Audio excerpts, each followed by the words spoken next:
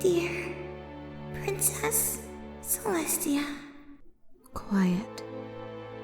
Fluttershy loved the quiet, generally speaking. She loved certain kinds of quiet. There was the peaceful babble of a brook that slowly dissolved into white noise. There was the quiet of the first snowfall of the season as the entire world slowed in response. There was the quiet of a night spent wrapped around a good book. These were the quiet moments Fluttershy had come to revere as an animal caretaker. Brief moments of simplicity that served as the foundation her otherwise busy days stood upon. This was not one of those quiets. This was tense, fraught with static and fear.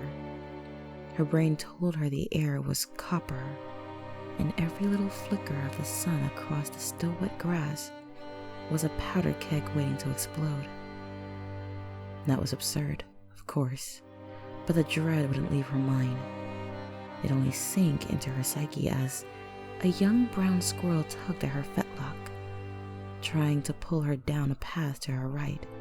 She acquiesced, following him down and away from her morning's work. She had come to understand the animals and their particulars, as she spent more time with them. Not just them personally, of course. The average wild animal wasn't nearly as long-lived as a pony. Instead, as she helped shepherd generations of new wildlife into fruitful lives, she had built a familiarity with the quirks of many different species. Rodents, in her experience, were skittish. This wasn't skittish. This was terrified.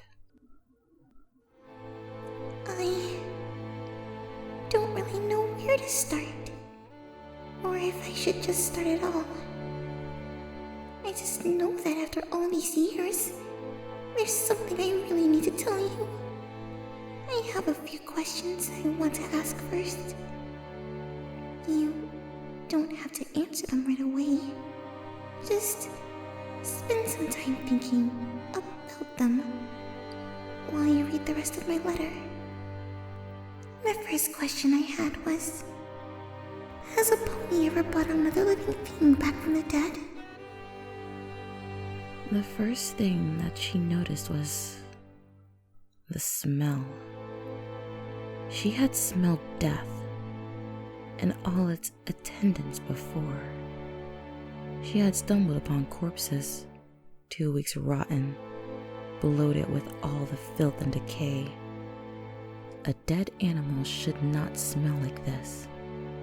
She gagged, dragging her trembling hoofsteps closer to the source of the stench. She was grateful it was obscured from view for now, as her stomach gave way, heaving her breakfast into the bushes that lined the path. The squirrel that had been guiding her had long since fled the scene. She couldn't blame the little guy. She felt awful that any other creature besides her had to be the first to stumble upon whatever she was about to see. The horrid odor continued to mount, mingling with the stale and silent air, to form an oppressive blanket of rot. She wished it could have just stayed that. A smell. She wished on everything in the world, as she puked the second time, that it would have only been an awful smell. I know this is the best way to open a letter to the princess, but I don't feel like I have much of a choice. Do you have nightmares? I do. About all sorts of things. It's usually really mundane things, like being late for school, or my friends all leaving me alone to go to a party. Sometimes it gets really bad and it makes it hard to sleep for a couple of days.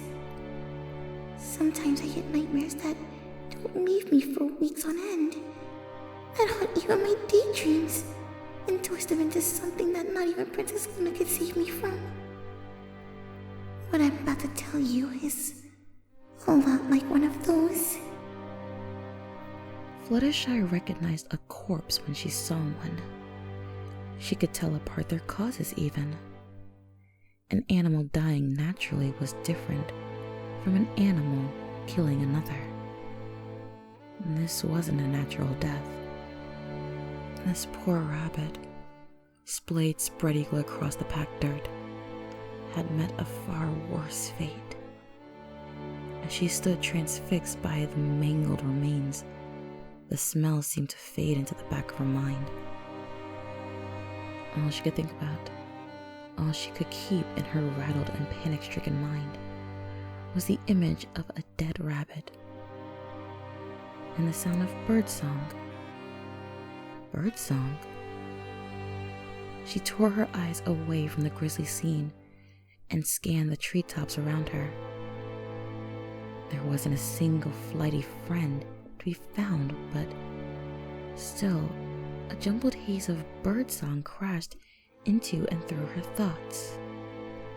It was telling her something. She could do nothing but listen. I've never seen anything like it. The poor thing was split open, from neck to groin. And all the parts of it were pulled back, like something had been studying it. Every organ was neatly organized and folded in a way that I knew they weren't supposed to be. Animals don't do that. Ponies, I hope, don't do that.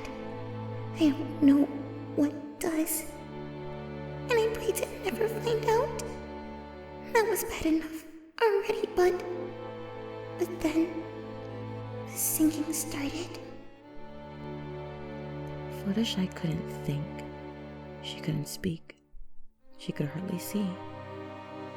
Her vision was encompassed entirely by gore and viscera. Her hearing stolen by a tingle of song. Her thoughts a roaring wave of static and one word, over and over. Live. She cried out in pain as that word found its way into the forefront of her mind, drilling through her brain and threatening to burst through her fragile skull. Live. She crumpled to the ground, tears streaming down her face as she felt a single bony protrusion claw its way through the taut coat that wrapped her head. Live. She howled, her voice ragged with pain and sorrow, as a horn burst from her forehead with a sickening snap. She howled until her voice frayed and gave way, choking out a desperate wordless cry as pain coursed through every nerve in her trembling body. Live! Until the pain stopped and she sat, watching the magic reach out and seize the slaughtered rabbit. Her magic, she surmised, blinking the blood from her eyes. Live! She spoke the command, as much as her ruined voice allowed her to speak. And she saw the threads of life begin to stitch the ruined corpse back together. It never happened again. The noise, the blood, the smell. It happened all at once, and never again.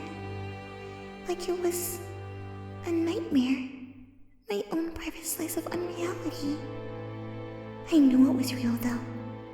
The rabbit I saved he's still around. Far longer than he's got any reason to be. The horn was gone when I woke up the next morning.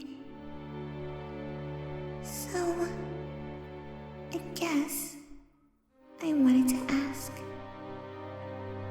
do you hear the singing too? Support me on Patreon and Ko-fi, links in the description. Thanks for listening and be sure to subscribe. Good night, every pony.